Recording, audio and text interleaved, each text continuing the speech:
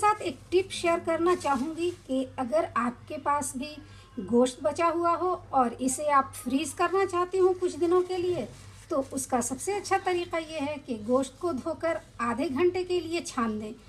इससे उसका पानी जो है वो छन जाएगा और फिर एक किचन टॉवल से उसे दबा दबा कर खुश्क कर लें। अब चिकन के ऊपर हल्दी पाउडर छिड़कें और वो इस तरह से कि 1 केजी में लगभग 1 टीस्पून का मकदार सही होगा, इस तरह से छिड़क लें। टर्मरिक जो है वो गोश्त को ओडोरलेस बनाकर रखता है और ज़्यादा दिनों तक रखने पर बुरे स्मेल को निकाल देता है। साथ ही उस पर आप मिंट की कुछ पत्तियां और लेमन के कुछ स्लाइसेस लगाकर उसे रैप करके रखें इस तरह से, और हल्दी को आप अच्छी तरह से रब कर दें। इस तरह से रखने पर आपके चिकन फ्रेश बने रहेंगे और महीनों ख़राब नहीं होंगे।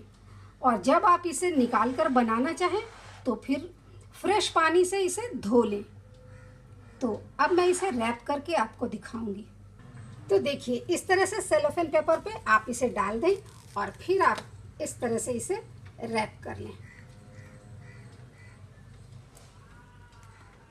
इस तरह से ये फ्रिज में जाने के लिए रेडी है। तो यहाँ पर हल्दी इसे ओडोरलेस रखेगा और लेमन और मिंट की जो लीफ है वो इसे लंबे वक्त तक रिफ्रेश रखेंगी। तो अब इसे फ्रिज में रख दें।